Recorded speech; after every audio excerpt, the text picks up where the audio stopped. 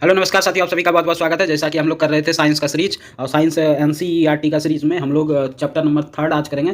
धातु और धातु, धातु और अधातु, चैप्टर नंबर 3। और धातु और धातु का यह जो होगा पार्ट 1 होगा। क्या होगा? पार्ट 1। यदि आप इससे पहले हम मेरे क्लास को नहीं देखे हैं तो सबसे पहले जाके एनसीईआरटी क्लास 10 के नाम से, साइंस एनसीईआरटी क्लास 10 के नाम से प्लेलिस्ट बना है, वहाँ पर जाकर आप रासायनिक समीकरण और अम्ल क्षार लवण का वीडियोज़ देख सकते हैं। और ये जो है धातु और धातु का पार्ट 1 है। इसके बाद पार्ट 2 भी आएगा। ठीक है, तो सबसे पहले यहाँ पे धातु के बारे में बताया गया है कि धातु का ज्ञान बहुत ही पुराना है। जैसे कि पुराने ज़माने में भी धातु का उपयोग करते थे हम लोग। तो कॉपर वह पहली धातु थी जिसका उपयोग हमने पुराने ज़मानों में हथियार, बर्तन आदि के बनाने में करते थे। ठीक है, लेकिन आजकल तो सभी धातु के बारे में हमें जानकारी मिल गई है, जिसका प्रयोग हम लोग मूलतः किस में करते हैं? हवाई जहाज़, रेल या अन्य वस्तु को बनाने में करते हैं। किस में करते हैं? बहुत सारी वस्तु को बनाने में करते हैं। धातु का उदाहरण जो है, आपके पास बहुत सारे धातु आप पीरियोडिक टेबल में देखे होंगे, जैसा कि आयरन है आपके पास, कॉपर है, एल्युमिनियम है, मैग्नीशियम है, ये सभी धातु हैं।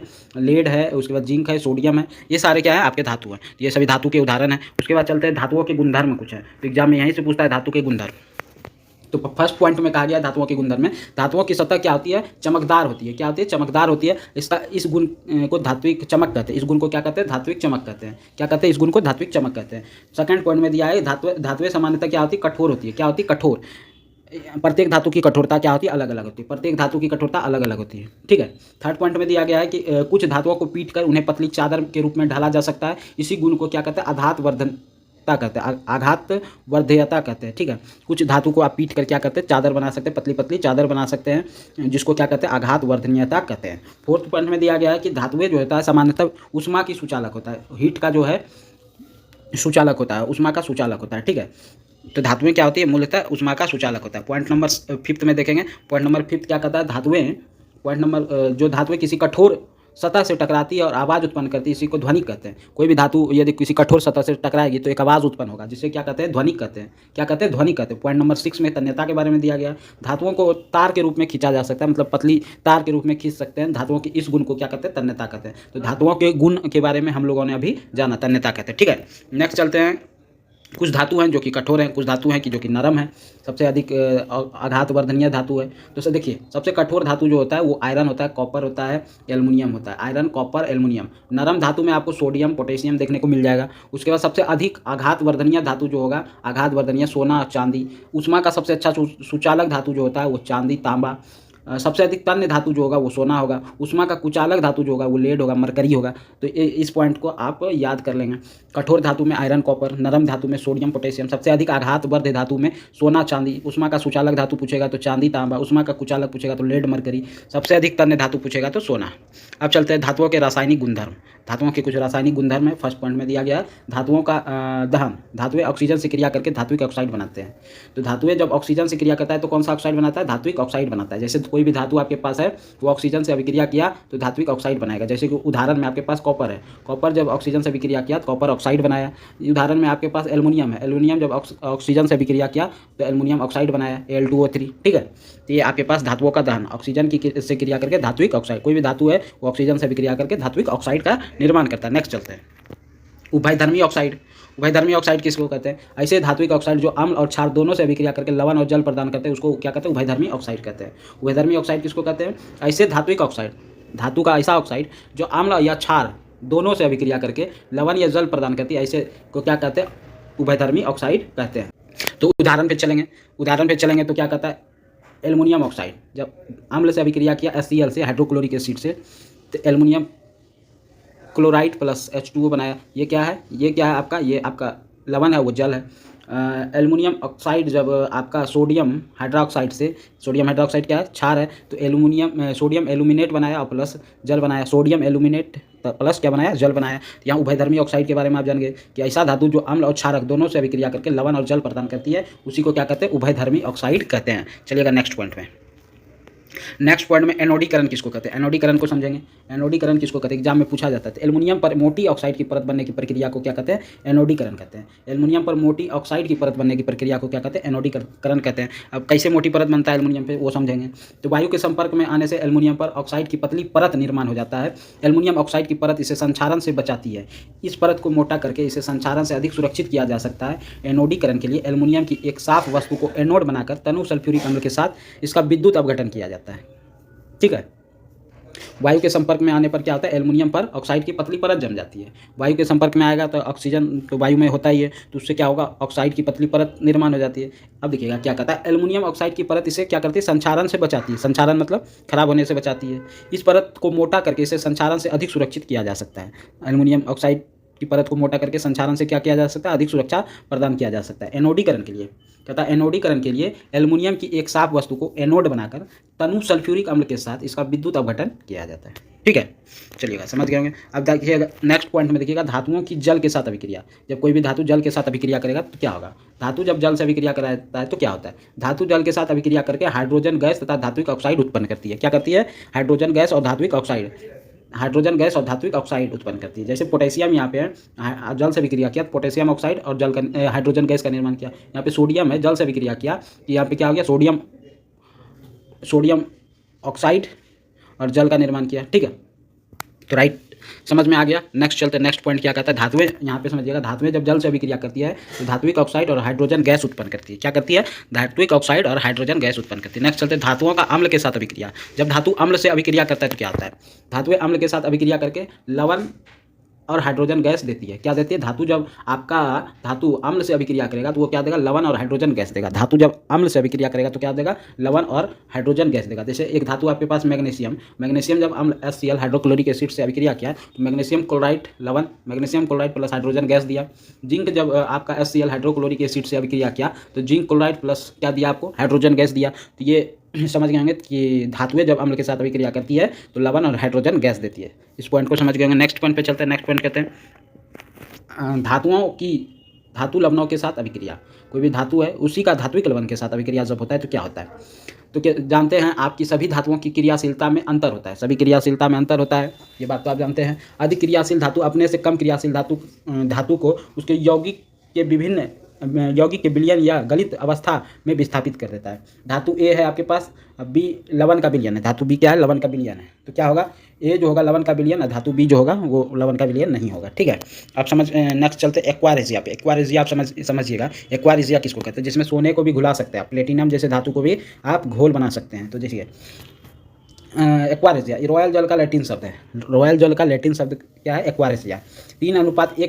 3:1 के अनुपात में HCl हाइड्रोक्लोरिक अम्ल तथा नाइट्रिक अम्ल HNO3 का ताज़ा मिश्रण होता है। क्या होता है, 3:1 में हाइड्रोक्लोरिक अम्ल और नाइट्रिक अम्ल का ताज़ा मिश्रण होता है। यह गोल्ड को भी गला सकता है, सोना को भी गला सकता है। एक्वारेजिया क्या होता है, भवकता द्रव होने के साथ साथ प्रबल संक्षारक है। यह गोल्ड एवं प्लेटिनम जैसे धातु को गलाने में क्या होता है, समर्थ होता है। एक्वारेजिया में गोल्ड और प्लेटिनम जैसे धातु को गला सकते हैं। ठीक है, और इसका मेन रेशियो याद रखिएगा, हाइड्रोक्लोरिक एसिड और नाइट्रिक एसिड का 3:1। एक्वारेजिया के बारे में हमें एग्जाम में बहुत सारे पूछता है, NTPC में, रेलवे के किसी भी एग्जाम में पूछता है। अब देखिएगा सक्रियता श्रेणी के बारे में। देखिएगा सक्रियता श्रेणी, धातुओं की क्रिया, ये NCERT में सक्रियता श्रेणी का एक ऐसे बना लिस्ट है, उसको भी आप एक बार पढ़ लेंगे अपने बुक में। ठीक है, यहाँ पे शॉर्ट में दिया गया है सक्रियता श्रेणी। देखिएगा, धातुओं की क्रियाशीलता को अवरोही क्रम मतलब घटते हुए क्रम में व्यवस्थित करने पर जो सूची प्राप्त होती है उसी को क्या कहते हैं, सक्रियता श्रेणी कहते हैं। धातुओं की क्रियाशीलता को जो घटते क्रम में हम व्यवस्थित करते हैं उसी को क्या कहते हैं, सक्रियता श्रेणी कहते हैं। सबसे अधिक अभिक्रियाशील धातु यदि आपसे पूछ देगा तो सोडियम और पोटेशियम। सबसे अधिक अभिक्रियाशील धातु पूछ देगा तो सोडियम और पोटेशियम। सबसे कम अभिक्रियाशील धातु पूछ देगा तो गोल्ड और प्लेटिनम। सबसे कम अभिक्रिया करता है गोल्ड और प्लेटिनम। अब देखते हैं अधातु के बारे में चलते हैं। धातु के बारे में हो गया, अधातु के बारे में चलते हैं। अधातुओं की तुलना में अधातुओं की संख्या कम होती है। धातुओं की तुलना में क्या होती है, अधातुओं की संख्या कम होती है। पीरियोडिक टेबल में आप देखेंगे जब, तो वहाँ भी आपको देखने को मिलेगा कि धातु ज़्यादा है और धातु कम है। ठीक है, जैसे कि उदाहरण में सल्फर अधातु है, आयोडीन, ऑक्सीजन, हाइड्रोजन, ये सभी क्या है, अधातु हैं। उसके बाद एक पॉइंट्स में दिया गया है जो कि इंपॉर्टेंट पॉइंट्स है। ब्रोमीन एक ऐसा अधातु है जो द्रव अवस्था में होता है। कैसा होता है, द्रव अवस्था में होता है। इसके अलावा सभी अधातुएं या तो ठोस या तो गैस अवस्था में होती है। तो एकमात्र अधातु आपसे पूछ देगा कि द्रव अवस्था में कौन सा होता है, तो ब्रोमीन। तो इस पॉइंट को आप याद रखिएगा। ठीक है, नेक्स्ट चलते हैं। नेक्स्ट आपके पास क्या है, अधातु के कुछ गुणधर्म हैं, इसके बारे में भी जानते हैं। तो अधातु क्या होता है, आघात वर्धनीय नहीं होता। आघात वर्धनीय नहीं होता। अधातु तन्य नहीं होता है। क्या नहीं होता, तन्य नहीं होता है। धातु तन्य होता है तथा वे भंगुर होते हैं। लेकिन ये क्या होते हैं, अधातु भंगुर होते हैं। अधातु उष्मा का सुचालक नहीं होता है, कुचालक होता है। क्या होता है, कुचालक होता है। अधातु जो होता है उष्मा का कुचालक होता है। धातुओं में चमक नहीं है। अधातु में क्या होता है, चमक नहीं होती। लेकिन क्या होता है, धातु में चमक होता है एक, अधातु में चमक नहीं होता है। अधातुओं का गलनांक और क्वथनांक अपेक्षाकृत कम होता है। गलनांक और क्वथनांक जो होता है धातु से कम होता है। अधातुएं कमरे के ताप पर ठोस द्रव और गैस के रूप में हो सकती है। क्या? ठोस द्रव। कुछ अधातुएं जो कमरे के ताप पे ठोस में है, कुछ द्रव में, कुछ गैस में भी हैं। तो उसके बारे में आगे जानकारी हम लोग लेंगे। चलिएगा, और धातुओं के साथ रासायनिक अभिक्रिया। और धातुओं के साथ रासायनिक अभिक्रिया देखिएगा, और धातुएं ऑक्सीजन के साथ अभिक्रिया करके अम्लीय ऑक्साइड बनाती है। क्या करती है? अम्लीय ऑक्साइड बनाती है। जैसे कोई भी अधातु है वो ऑक्सीजन से जब अभिक्रिया करेगा तो अधातु का ऑक्साइड बनाती है। वो ऑक्साइड कैसा होता है? अम्लीय ऑक्साइड होता है। जैसे एक अधातु आपके पास कार्बन है, एक सल्फर है, ये दोनों जब ऑक्सीजन से अभिक्रिया किया तो कार्बन डाइऑक्साइड, एक सल्फर ऑक्साइड बनाया। तो ये दोनों क्या है? अम्लीय ऑक्साइड हैं और अधात्विक ऑक्साइड हैं। जैसे कि आप जाने थे, धातु जब ऑक्सीजन से अभिक्रिया करता है तो धात्विक ऑक्साइड बनाता है, और धातु जब ऑक्सीजन से अभिक्रिया करता है तो धात्विक ऑक्साइड बनाता है। यहाँ पे नोट में दिया गया, और धातुओं के ऑक्साइड अम्लीय प्रकृति के होते हैं। इस पॉइंट को आप नोट डाउन कर लीजिएगा, याद भी कर लीजिएगा। और धातुओं की प्रकृति एक ऐसी होती है, और धातुओं के ऑक्साइड की प्रकृति अम्लीय होती है एवं जल में घुलकर अम्ल बनाते हैं। जल में घुलकर क्या बनाते हैं? अम्ल बनाते हैं।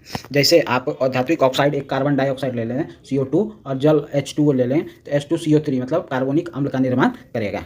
ठीक है, नेक्स्ट चलते हैं। अम्लों के साथ अभिक्रिया। और धातु का जब अम्ल से अभिक्रिया होता है तो क्या होता है? तो देखिएगा, और धातु में सल्फ्यूरिक अम्ल या नाइट्रिक अम्ल के साथ अभिक्रिया करती है। जैसे सल्फर है तो H2SO4 सल्फ्यूरिक अम्ल से अभिक्रिया किया तो सल्फर ऑक्साइड और जल बनाया। यहाँ पे पोटेशियम है, पोटेशियम जो है नाइट्रिक एसिड से HNO3 से अभिक्रिया किया तो यहाँ पे नाइट्रोजन H3PO4 और NO2 प्लस H2O बनाया। ठीक है, H3PO4 आपका नाइट्रिक फॉस्फेट होगा। H3PO4 को क्या कहेंगे? नाइट्रिक फॉस्फेट कहेंगे, ताकि फॉस्फोरस है उधर, इधर नाइट्रोजन, नाइट्रिक फॉस्फेट इसको याद है। क्लोरीन के साथ अभिक्रिया। और धातु जब क्लोरीन के साथ अभिक्रिया करता है तो क्या होता है? और हाइड्रोजन से अभिक्रिया करता है तो क्या होता है? और धातु क्लोरीन के साथ अभिक्रिया करती है तो क्लोराइड बनाती है। जैसे सल्फर क्लोरीन से अभिक्रिया किया तो सल्फर क्लोराइड क्या बनाया? Sulphur monochloride. ठीक है, हाइड्रोजन के साथ, और धातु में जब हाइड्रोजन के साथ अभिक्रिया करती है, जैसे कि सल्फर हाइड्रोजन से अभिक्रिया किया तो H2S बनाया, हाइड्रोजन सल्फेट।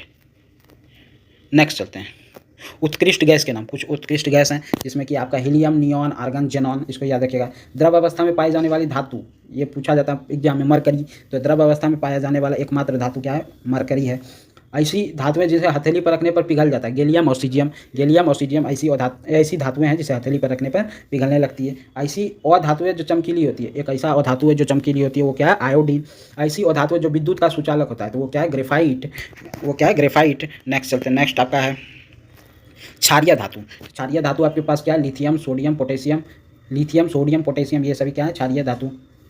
ठीक है, ऐसी अधातु जो विद्युत का सुचालक होता है तो ग्रेफाइट याद रखिएगा। ऐसी अधातु जो चमकीला होता है वो आयोडीन याद रखिएगा। ऐसी धातुएं जो हथेली पर रखने पिघल जाता है वो क्या है? गैलियम और सीजियम। ठीक है, जिन सारे पॉइंट्स को, फैक्ट्स को याद रखिएगा। ठीक है, अब चलते हैं अपरूप। अपरूप क्या, किसको कहते हैं? अपरूप। कार्बन एक ऐसा अधातु है जो विभिन्न रूपों में पाई जाती है। कार्बन क्या है? ऐसा अधातु है जिसके विभिन्न रूप हैं। प्रत्येक रूप को क्या कहते हैं? अपरूप कहते हैं। अपरूप कहते हैं। ठीक है, हीरा कार्बन का एक अपरूप है, ये जानते हैं। और सबसे कठोर प्राकृतिक पदार्थ है। सबसे कठोर प्राकृतिक पदार्थ पूछ देगा हीरा। इसका गलनांक और क्वथनांक जो होता है बहुत अधिक होता है। गलनांक और क्वथनांक जो होता है बहुत अधिक होता है। कार्बन का एक अन्य अपरूप ग्रेफाइट जो विद्युत का सुचालक होता है। कार्बन का एक और अन्य ग्रेफाइट क्या अपरूप क्या है? ग्रेफाइट है, जो कि विद्युत का क्या होता है? सुचालक होता है। ये आप जान गए अपरूप के बारे में।